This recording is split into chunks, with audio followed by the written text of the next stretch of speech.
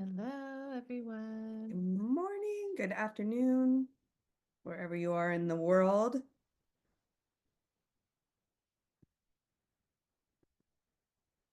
Exciting Saturday, or maybe you're in a future zone.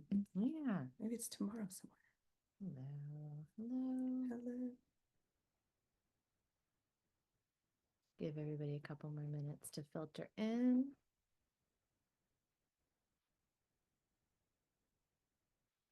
All right. Hello, everyone. Well, for those of you that this is your first time at a BRIC event, we are Nicole and Allison. We're going to give our ASL interpreter a second to pop on. Hello. Oh, yes, we have a chat. Please say where you're from in the chat. We love knowing where everyone is from. Yeah, where are you coming from? All right. Oh, don't have a picture. North Carolina.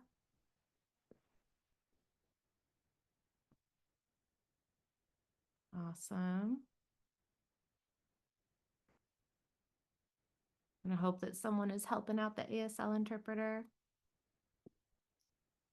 All right. Let's go ahead maybe and enable captions. Perfect. Great. Well, hopefully that will be sorted out shortly. Egypt, wow, amazing. That is amazing. That's All right. Good morning, Chelsea. Good morning, Courtney. a very exciting Saturday Mm-hmm. here in sunny Los Angeles, California. Yes. For those of you that don't know, yesterday we had our industry think tank live at NBC Universal. The summit is always broken up into 2 days, where the first day focuses on problems impacting the entertainment industry and how we can improve employment pathways and support DEIA and the different challenges that are presenting each year. This year was a year. And then day 2 is always our talent and education day. So with that, hold on a second. Okay. So with that, we are very excited to have you all here.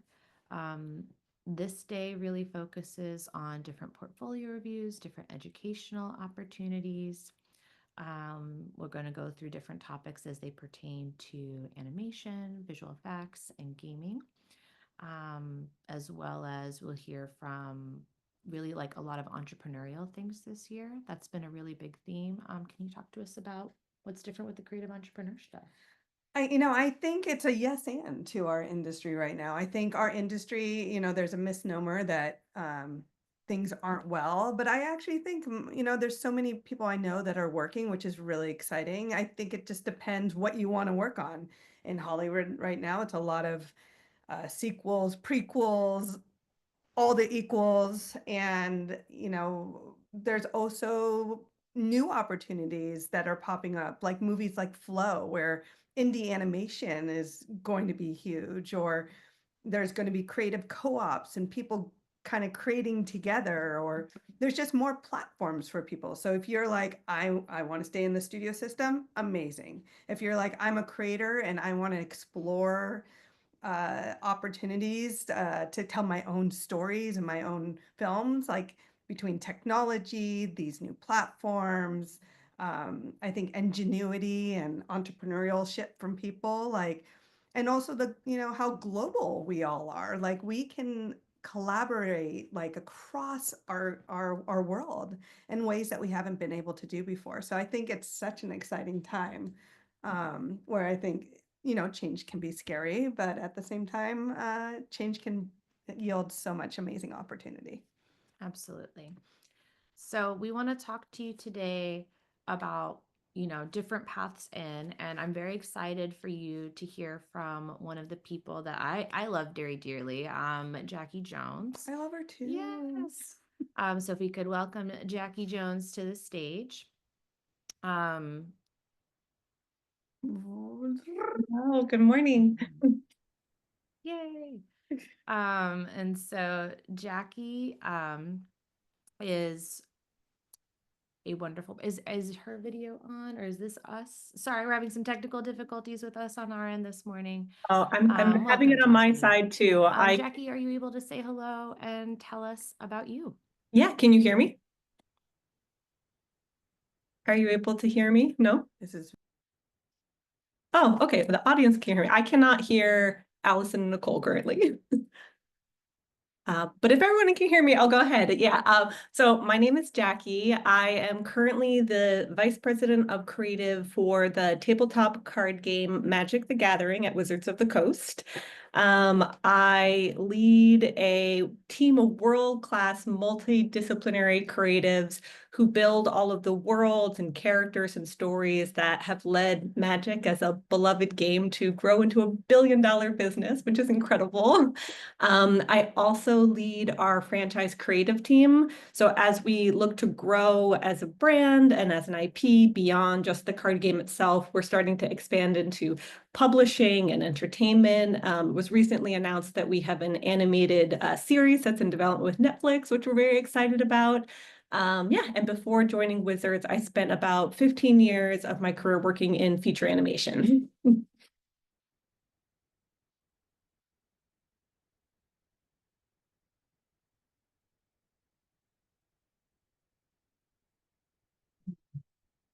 Appreciate all the love in the chat. Really excited to be here today.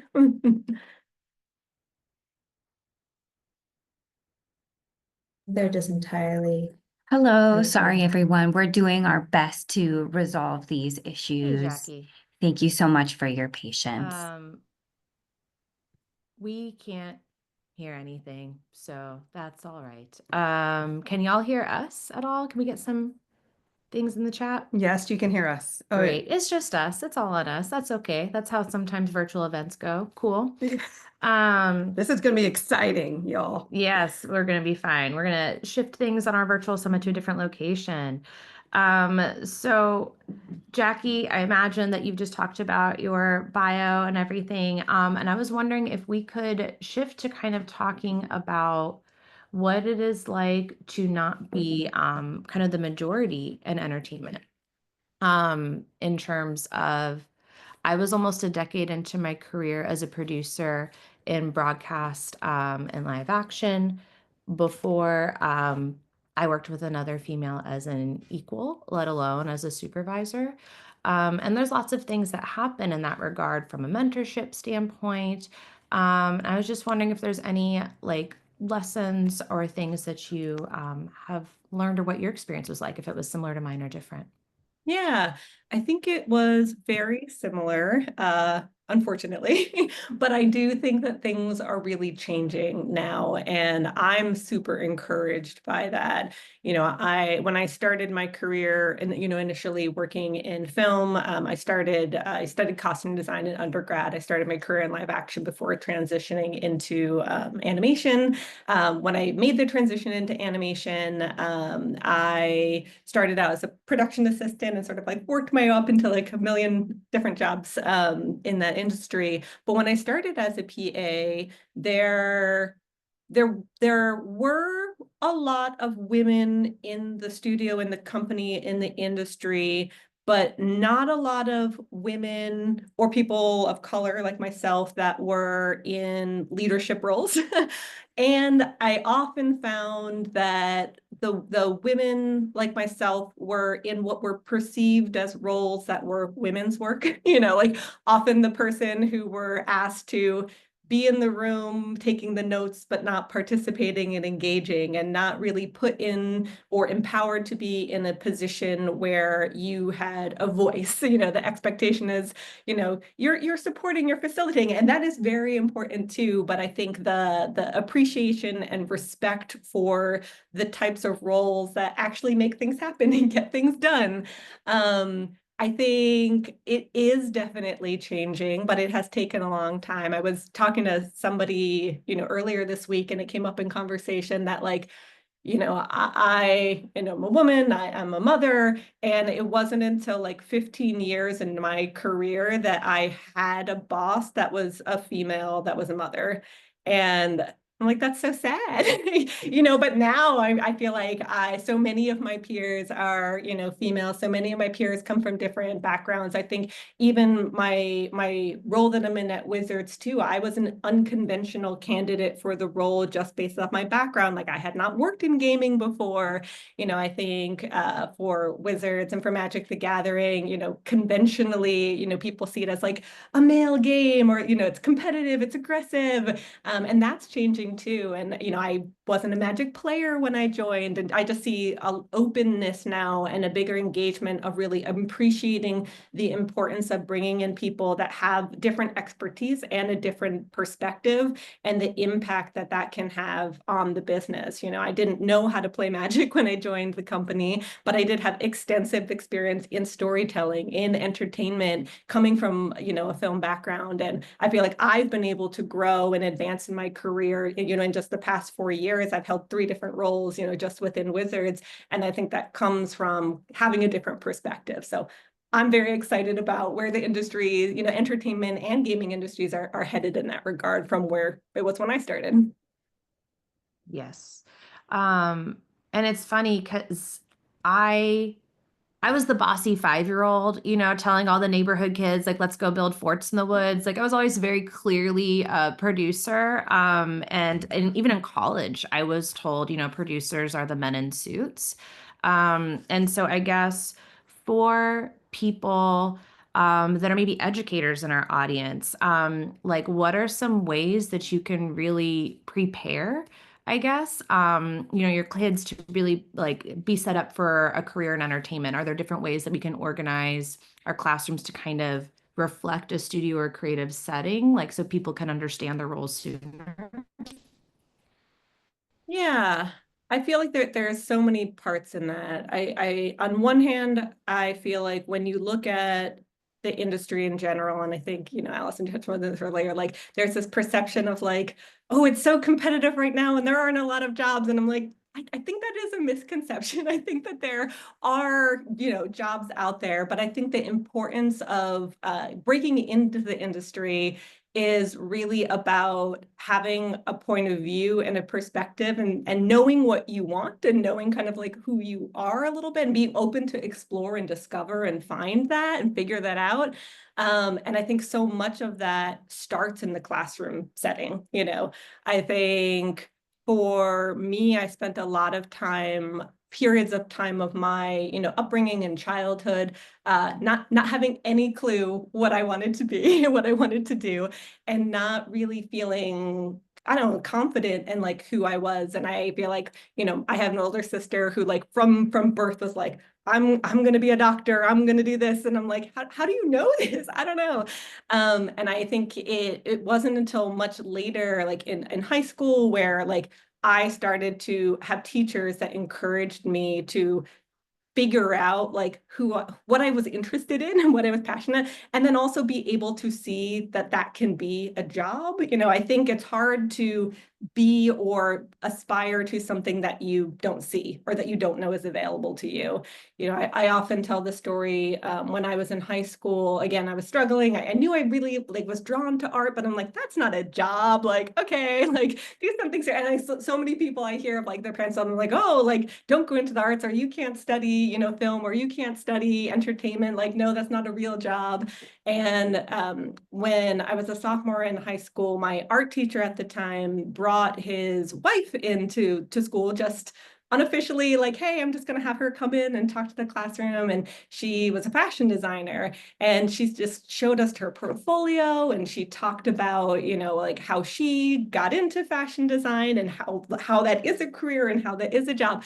And that moment, like it changed my life. Like being able to see a real human being like that sat down and was talking about the work that they do, being creative, and that is something that you can actually pursue and like survive on and make money on. Like, I'm like, oh, I want to do that. And like, originally that is what led me to, go to school, and I studied fashion and costume design, and my journey has gone a bunch of different places. But if it wasn't for that moment where that teacher brought in this human being to like show me that that was a path, I don't know that that's a path I would have gone on or felt empowered to embrace something that I knew was in me, but I was too afraid to, or I couldn't see the pathway forward of like how that could be a job. I don't know about you, but like whether it was like high school or college, like the team building too, right? Like I think starting to get to know like how to work in a collaborative environment. So while there's a big part of what am I going to be, like where do I fit in the arts, but there's also like those group projects, like they're not without like merit, right? Like we need those. Those are whether you become a producer, whether or not you learn to like figure out how to take feedback or like those critiques. Like if you're going to be an artist in our industry, like you have to let that id go and like be able to be like, okay, like this is not my product. My job is to do X, Y, and D. And sometimes getting that experience within your classroom setting is a really good kind of way to dip your toes into that experience of what it's like when we get into our full-time roles. Yeah, and I think sometimes, as you are discovering yourself in an academic setting and in that entry level job, you end up finding those, career through lines, like things that you like. Like mine was more like communication, collaboration. Like, can we maybe talk about how someone can figure out like what their essence is and what those core skills are for them that could be a good creative career? I think of like my career a little bit where if I knew then what I knew now, it totally all makes sense. So I wanted to be in animation since I was 7.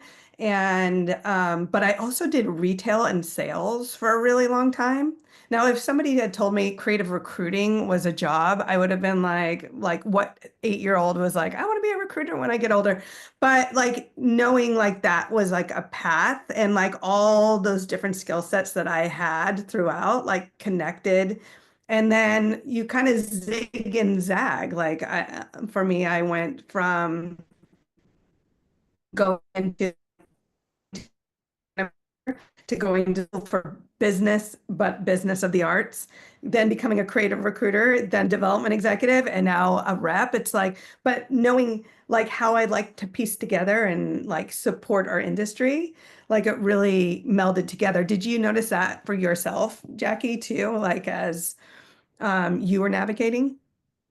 Yeah, definitely. I don't know that like when I was going through it and on my journey that I saw it. And I think it wasn't until, much later and recently, I was working with a career coach, an executive coach that was, kind of like helping me navigate some of the challenges, even just as growing into a leader, in where I am right now in my career. And a lot of the work that we did was really looking back and trying to unpack, like finding that through line and uncovering what is that core essence, and then really leaning into that now where I am in my career. And in those conversations, what came up a lot for me was I by nature am a more introverted person, and I think introversion is something that can be really misconceived.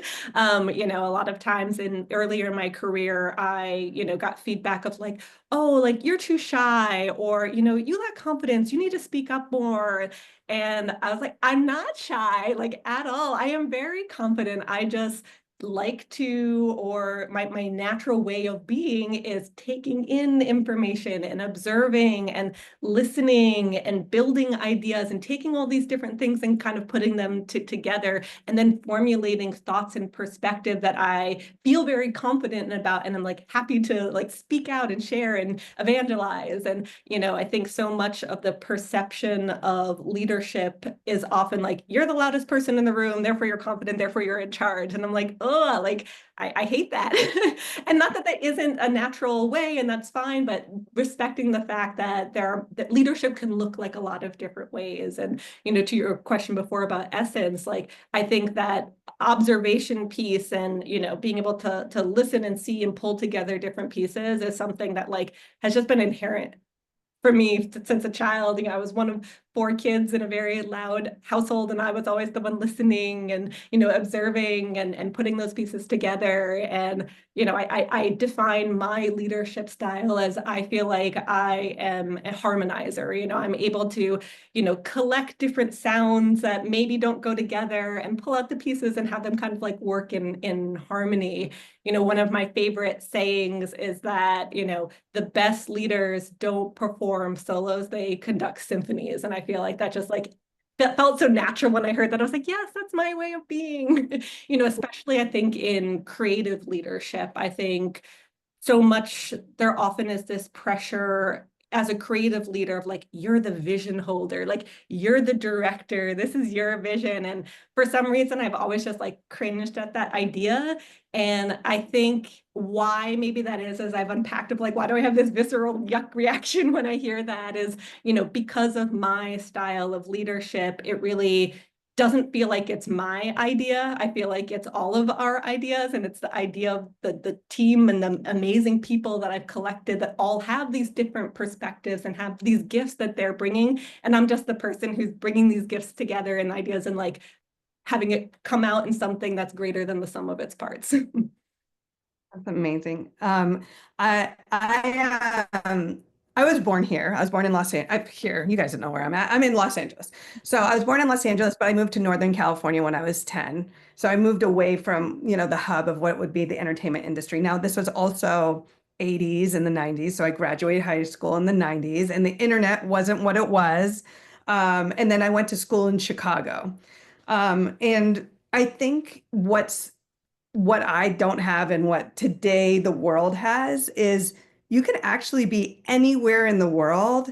And I think we touched upon this when we first started, but the collaboration can happen, like whether you're here in California, whether you're in Egypt, whether you're in New York, whether you're in Europe, like no matter where you're at in the world, like there is accessibility into the arts, into what we do. And you don't have to be from one place. Jackie, something that we talked about on our pre-call was where you're from and how you also had this like, well, can I have this career if I'm on the East Coast? Like, what does that mean? Do I need to move to Los Angeles? Like, what does that all? So how did you navigate all that? Yeah, for sure. So I grew up on the East Coast in the New York tri-state area. And while there is a lot of, entertainment there, there's not a lot of like major animation there. And I think for me, it took a while for me to kind of like crack open my perspective on like what creative careers mean and are and do. For me, I, was working for one studio for a very, very long time and was like, got to a point, I had, worked in multiple roles and kind of worked my way up and then kind of got stuck where like every day was challenging, of course, like production is exciting and chaotic and busy, but I didn't feel like I was continuing to learn and grow and be challenged, and wasn't sure, I was too scared to like, hey, do I have to move across the country and go to California if I, and leave my family and everything I know here if I want to continue to advance and grow in my career. And I come from a family of educators. My mom was a high school English teacher that became a superintendent. My sister was a science teacher that now is an administrator. And I feel like part of one of our core tenets as a family was always just the importance of education as empowerment. And whenever you feel stuck, education being a place that can kind of like change your perspective and help you get out of that. And,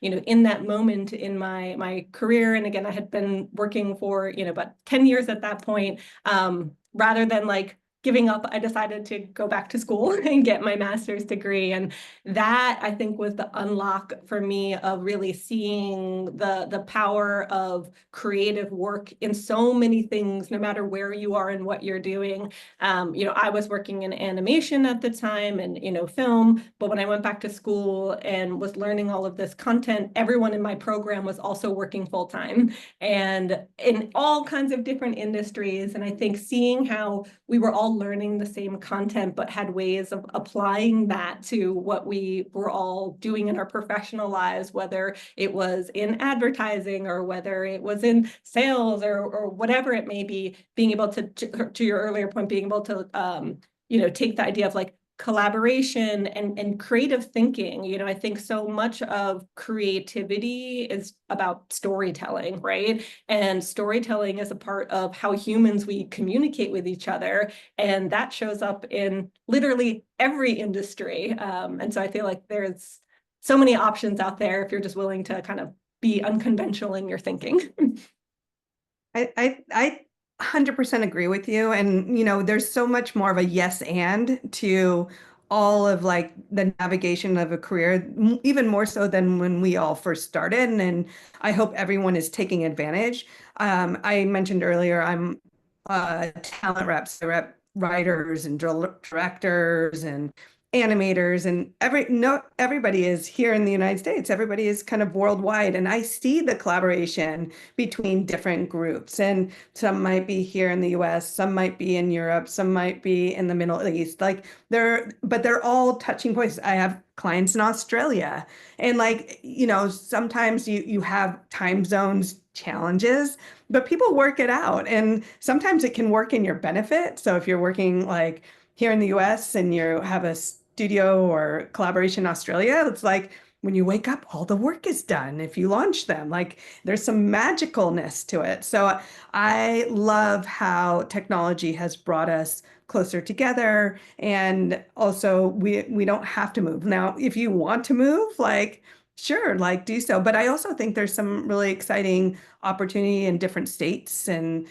within different countries. And I think it also gives perspective of storytelling, which you mentioned earlier. Well, and also yesterday we had Adam Fowler from Civil Economics give us this wonderful presentation. For those of you that weren't able to attend, it's on our rewatch links and their slides are there. But he was really going through the different parts of the world are coming online and consuming content at a great rate. And if you are not creating content that is authentic for these different parts of the world, you're really missing out on a large audience. So it's not just working collaboratively, it's also making sure you're telling like authentic global storytelling. I don't know. That's a really cool thing. Yeah, I think it's great. And I think with the authenticity, then you can also bring in different perspectives from the, people that come Our from different perspectives. Yeah, Yes. exactly. Yeah. And just kind of shifting gears here a little bit, because for those of you that don't know, Alison and Jackie are also my friends. And so what I love about that is I get to see, all of us, grow as we're living life together. And something that I think that really I witnessed make a difference in both of their lives, like Al, is they both had a career coach. And I saw the importance, because I think we get in our own little silos and we forget that we're a part of this community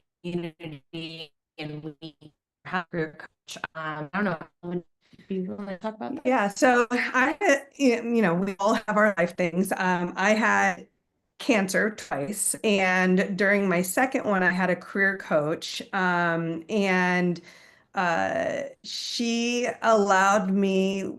Maybe it was a combination of you only live once, but she really nailed it home for me that I can be anything. And sometimes as women, at least for myself, I feel imposter syndrome at times, or fear of rejection, or fear of putting myself out there and what would people get behind. And she really encouraged me to pursue. So BRIC was kind of founded on this career coach of, hey, why don't you do this thing? And I was like, are you serious? Do this thing? And she's like, yeah. So why don't you help create a summit? And so that's how we ended up connecting. But it really took somebody to kind of give me that little push. And also, it was like, I'm not alone in those fears, and validating, having somebody validate my concerns. It's almost like a creative therapist. Like it's somebody who, like, therapy is always so important. As you Everybody know, should be in therapy. everybody should be in therapy. But then like a career coach is like, it's like that with your psyche, you know, the challenges you might have, but like just zoning in on that career and like how you put yourself out there and what is okay and how do you manage that. And so for me, that was something that helped me kind of get to that next level of whether it was leadership or impact of the industry. What about you, Jackie? Would you feel comfortable sharing your experience? Yeah, of course. Yeah, I think for me, when I got into the animation industry, I spent so much of my career, 15 years, you know, at one organization. I worked for Blue Sky Studios, which was owned by 20th Fox, went through the Disney transition, and ultimately during COVID, Disney shut down our studio. So my parting kind of like changing industries and going into gaming was, while I had been preparing for that, I know I talked about going back to school and all things like that, it didn't come at my choice, which is that like scary moment of like, this is not what I picked and now I have to figure it out and oh God. And as part of that, I think in the moment just really embraced the possibility of like, oh, now that it's forced upon me to like, you know, do something different. I can embrace that. And, you know, with that, I, you know, pursued this job that I'm in now at Wizards of the Coast. So changed from the entertainment and animation industry into gaming, which was a whole big transition. I spoke earlier about like growing up on the East Coast, and you know, I lived in the New York tri-state area my entire life, went to college there, you know, everything, my family was there. In taking the job at Wizards, I moved across the country to Seattle, took the job having never even visited, knew nothing about it. Like that was a whole big upheaval. You know, I mentioned earlier that I'm a mom. My daughter is 8. This was about 4 years ago. And so she was about to go into kindergarten and kind of like uprooting her. And what does that mean? It was just a lot to take on all at the same time. And I think in that transition, you know, Alison, I know you talked about like, you know, imposter syndrome. And I think I very much got in my own head of like everything that I had like defined as my identity was now upended. And I'm like, oh, who am I? And how do I like formulate who I am in this new place and this new career? And oh God. And I think those feelings were compounded by some of what we talked about earlier, like being the only woman in a room often, or being a leader that leads with an unconventional style of leadership. And I think I really did get in my head around that. And, you know, I think that is what led me to really pursue executive coaching, career coaching. And it really was game changing. And so much of the conversations that we had that really helped and unlocked for me was going back to what we talked about earlier of like getting back to the root of like who you are and why your perspective is unique and what is special about the gifts that you have that are just like innate to who you are, and the power of that. And the more that you can embrace that and own that, like the more effective that you can be and the happier that you can be in what you're doing. You know, we talked about, you know, my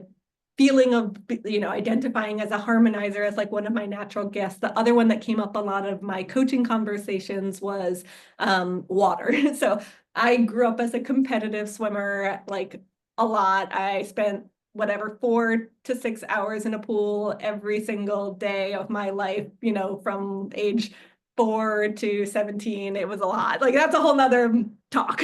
But I think through that, there's a lot that I on the surface knew that I learned from that, like grit, you know, the ability to be uncomfortable and be okay with that. The idea of, you know, if you want something, you have to work really hard for it and it takes a lot of time. I often talk about people who are like, oh, do you get uncomfortable like public speaking or things like that? And I was like, oh no, it's like swimming. I just shut that part down. You're performing, you just go. Like, you know, there's a lot of good things that came from it. But one of the things that my career coach brought up to me that like it just was really beautiful. So now I take it and own it. She was like, oh, she's like, it's no surprise that you grew up in water and water is such a part of your life because water is always moving. It's always changing. It's always evolving. And water always finds a way. It's never stuck. And I was like, oh my God, I love that. So now like I embrace that part, you know, whenever I feel in my own head or I feel stuck or I feel like I don't know what to do. I'm like, oh, water always finds a way. I'm going to be fine. It's going to be okay. But I love that. but that's so much of like going back to your essence, like not only for being a swimmer, not only because of the career coach, but also as a creative, right? Like it's almost like you know, you have a perception of like, okay, I'm gonna have this job or have this career, or like, or maybe you put up like a dam, like there's a barrier all of a sudden, right? And then like that dam breaks and the water keeps moving forward, maybe in a different direction than you thought you would, but it still keeps going. I love that water metaphor. I'm going to be carrying that. Yeah, no, it's great. And connected to that, a big part of the conversation that we talked a lot about in my coaching experience was the power of choice, right? Like we talked a lot about like no matter what your situation is or what happens, you always have autonomy and that you always have a choice that you can make. You know, a lot of things may happen that you can't control or that are not your preference of, you know, the circumstances, but you can choose how you want to move forward and how you want to navigate that. And I think that for me was a really empowering thing for me to remember in those moments where I feel like life is happening to me, but that I have autonomy to choose how I deal with it. Absolutely. And just kind of like going back to, because I know like some people might be like, I don't know how to find a career coach, or I don't know if I have like the money for a career coach or what have you. And I think it's important for us to look at investment in ourselves. Like we're used to like, okay, I want to get my hair done or I want to like buy new sneakers. But I think it's important to also see that investing in your career or your mental health, like again, everybody should be in therapy. You can also go to therapy to like learn skills. Like I didn't have anger as an emotion. I had to like learn that over 6 months in therapy. And so I think it's just really changing how we see the supportive services and just normalizing talking about it. Also peer groups, right? Like I have intentionally surrounded myself with strong female humans because again, I wasn't seeing that reflected in the workforce for myself. So I had to go find people. And like I'm able to bounce ideas off of them or I have a problem. So I think like as you in any aspect of your career or creativity, just being able to find your people and then use them. Sometimes we get in our head and like, well, I can't ask them. I can't look like I'm weak or I have to look like I know what I'm doing. And it's like, no, like be like it's okay to be vulnerable and ask for help. Like I feel like that's really important. Every single, like, I think sometimes we feel like we need to solve all the problems ourselves, or that sometimes we're an island off to ourselves, or we don't want to burden somebody. But like, I guarantee you, people love you and they want to support you. And I think a lot of times we create a narrative that doesn't reflect like how other people view us. And then we get in our own mindset, and then that is what the barrier is. So to your point before, it's like it's the agency, it's the investment in ourselves, and so maybe sneakers less so, Yeah. and more. More therapy, less sneakers. Yeah, and so I guess with that, one ways we can really kind of pivot that in this time, and it is mutual aid. Like there's obviously been a lot of mutual aid movements, like with the fires in Los Angeles, which are very scary and sad. But it really, for me, I saw this movement in a way I never have of there was like a whole spreadsheet of GoFundMe's in industry of like people that had lost their homes. And it was just like, instead of just donating to Red Cross, you're actually able to help and support people in your community. What do you think of what's going on mutual aid, career-wise, life-wise? I'm seeing that, I mean, tying back to what we were talking in the beginning of, I think there's these kind of creative co-ops that are kind of popping up. I think of Charlie Chaplin back in the day with United Artists. Like, I think we're in a not a creative economy, a creator economy. I think we're the ones that drive the narrative of what is going to happen in the entertainment industry going forward. It's not going to be these big companies. I think as a collective, as creative in the industry, we are the one that dictates, because we're also the ones that reflect what's happening in history or now, or all the things. That's what art does. So we are always the one that is the water that moves and dictates what is going to happen. And I think we need to remember that we are a community, that we do support each other, even if things are charged in certain ways. Like, I think the humanity and the arts always ground us to making this world a better place. Yeah, Jackie, how do you feel like someone could build their community or ask for mutual aid in their career or life? Like, what do you think is impactful? Yeah, I feel like there's so many different ways to approach it. I feel like there is the proactivity that we can all take on our own end to, again, the internet maybe wasn't as powerful as it was when we were growing up, but now it is. And the internet itself, is an outlet for community in, searching for organizations that, have groups that you can join with like-minded people and projects that you can, become a part of and connect with people over through that. And then I think what you were saying earlier about just like the people that you choose to surround yourself in a day to day and not being afraid to be vulnerable about your own experience in those conversations. And seeking connection from that perspective. I think also taking a role in seeking your own mentorship. I think a lot of times people, be like, wait for somebody to mentor you and to coach you, and, taking the autonomy of, finding people who you admire or whose path that you respect, and, reaching out respectfully, of course, everyone's busy, but like, saying, hey, like, I really admire and respect your career. Like, can I, have coffee with you, or can I pick your brain for, 20 minutes and, ask you some questions, or, ask for some advice. And, some of the things that I've both learned from people like as a mentee, but also like as a mentor, from people like asking me things that make me self-reflect as a leader about my own experiences.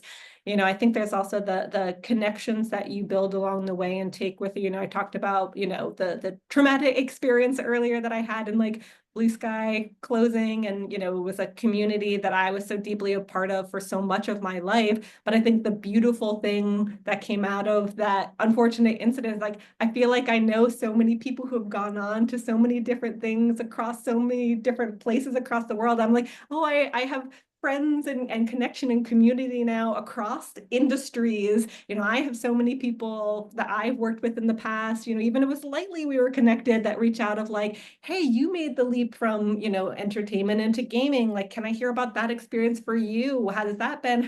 If I might want to do that, what does that like look like? I have other people that I've reached out to advice, and, how they approach things. And I think community and connection is so important.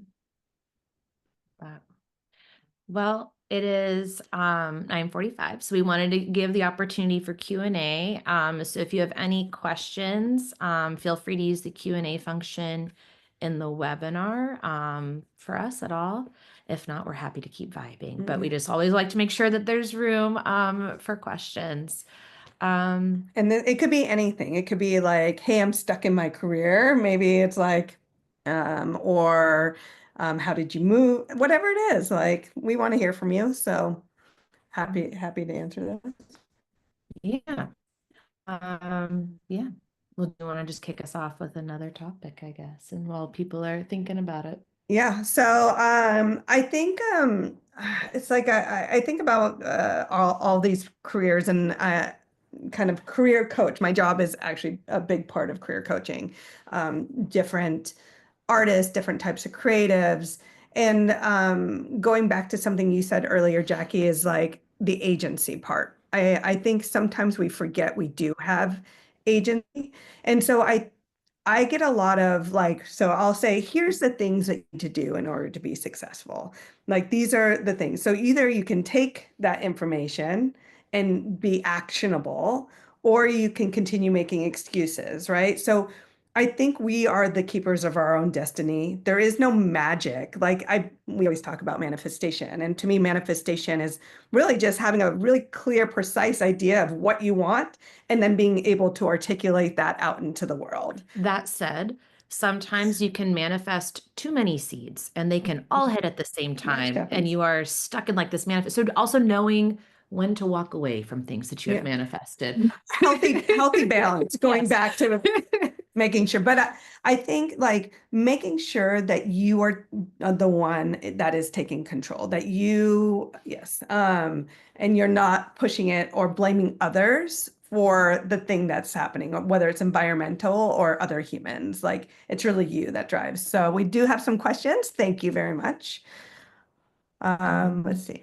What's the top thing you're excited about in the industry and the thing you're most nervous about in the future? Jackie, you want to take that one?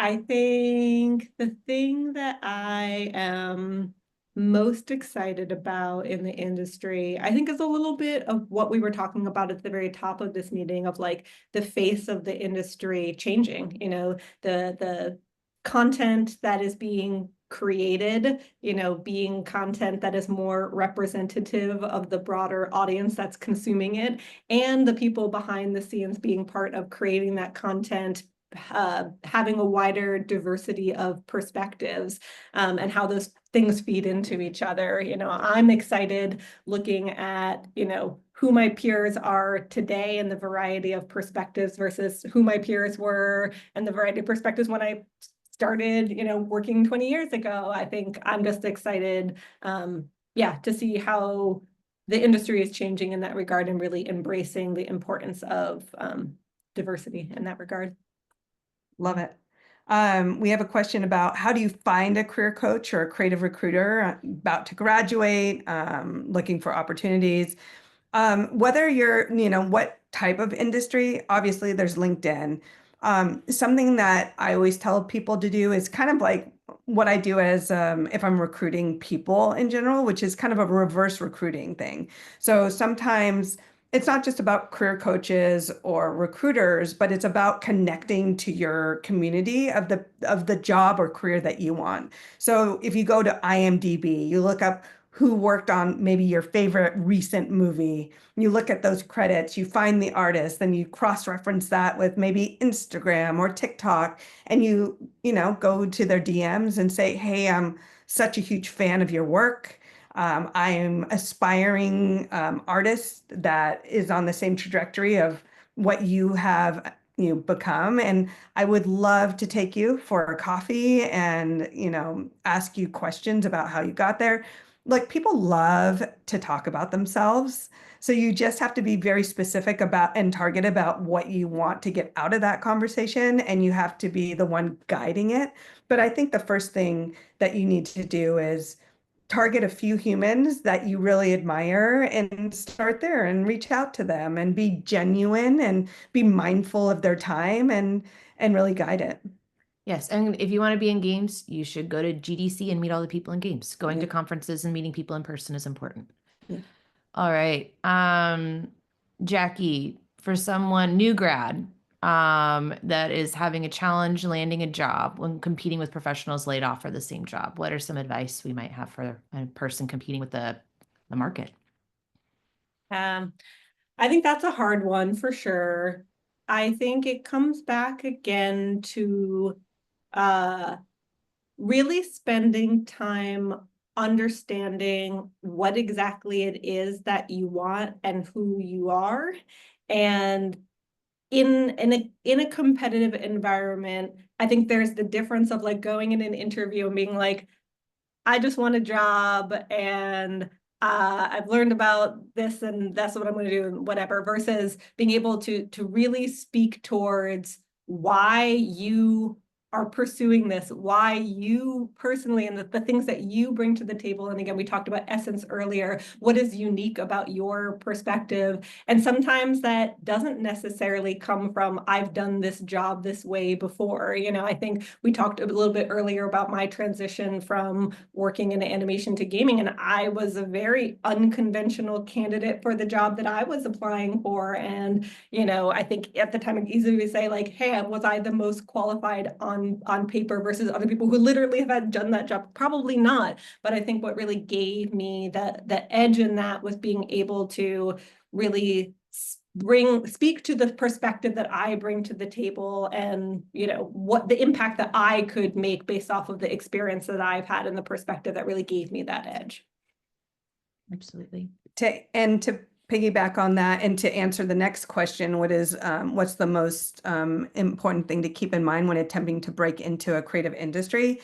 So I think our industry, you know, is shifting.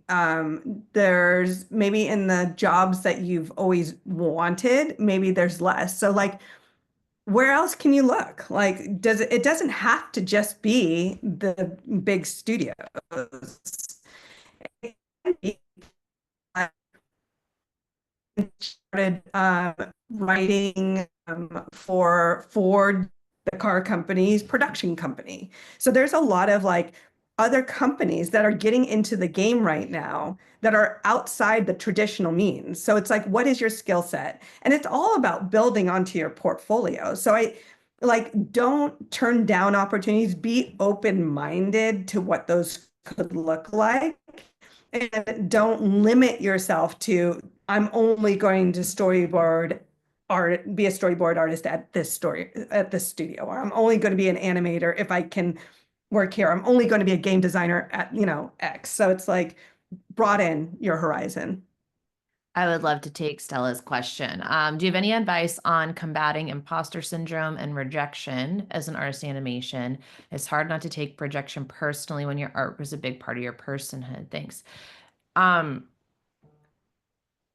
Imposter syndrome is no matter how successful you are susceptible to imposter syndrome. So that is something that you're going to battle the rest of your life, and you got to just put that away and be like, I belong here. That said, it depends on what kind of rejection you're getting. Are you getting specific feedback on like your portfolio is missing XYZ? Make sure you're updating your portfolio to say XYZ. If you're getting, that doesn't mean if you have one recruiter that is saying all these things that is now the truth. But if you're getting like showing different people and you're roughly getting the same feedback, you need to be updating your portfolio to reflect those things. Also making sure that less pieces are really better. Because if you have 20 pieces in your portfolio, and 4 of them are not strong, that negates all of the strong work in your portfolio because people are going to think you don't know what good is. So I think as a human, you're like, but look at all these beautiful things I made that are parts of my soul and they're so important. That's great. But if you're wanting to do this as a career, you need to be able to objectively look at that body of work as what is the most remarkable parts of my soul, if you will, right? You become a brand. Yes, you are a brand. Great. All right, Jackie. Oh, never. Do I recommend living in LA? Might get a chance to be in animation. What places? Can someone type in the chat for that one? Because there's lots of interesting places. Like West Side Rental, West Coast, where the place that everybody looked at when I. Okay, Jackie, what advice would you give to someone who doesn't go to art school but aims to work as a professional artist?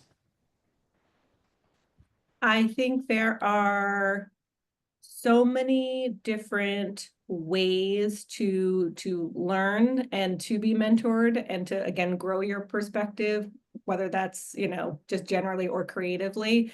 I often talk about one of the concept artists that's on my team right now. She started as an intern and now, you know, is growing in her career working on Magic at Wizards. She went to school and studied science, and her parents told her that she was not allowed to pursue her career in the arts. That wasn't a real job, but it's something that she was really passionate about. And I think for her, it was, okay, well, I'm going to do this thing that I feel like I have to do, or that my parents or society tells me I have to do, and fine. And she, knowing that her true passion really was art, and that's something that she wanted to pursue, she took classes outside of school on her own. She sought out, mentors on her own. She, spent her nights and weekends and all of her free time, exploring and building her craft outside of, the conventional path that she was on. And she's the one who on her own applied and pursued the internship, at Wizards, and got it. And I think that diversity of perspective that she has, she does a lot of creature design, and her, background in the sciences informs her design work, which is really unique and interesting. And the drive, again, to what we're talking about earlier, of like, we all have agency and autonomy, and we can all, choose how we react to things, that if it's something that you want to pursue, that you don't have to just go a conventional path, and that there are so many outlets out there for you to, pursue. And I think, honestly, there's strength in that too, of having a different way that you come at challenges and a different perspective in the work that you create. I love that. Switching over to our chat, there's a really interesting question. I think that might be one of our last questions. I don't know. We'll see how fast we get through it. But question to help young and new networkers. We want to build professional relationships in the industry and learn to build friendships. We also want to ask them for job referrals. When is it too soon to ask? Sometimes we're told not to ask new connections.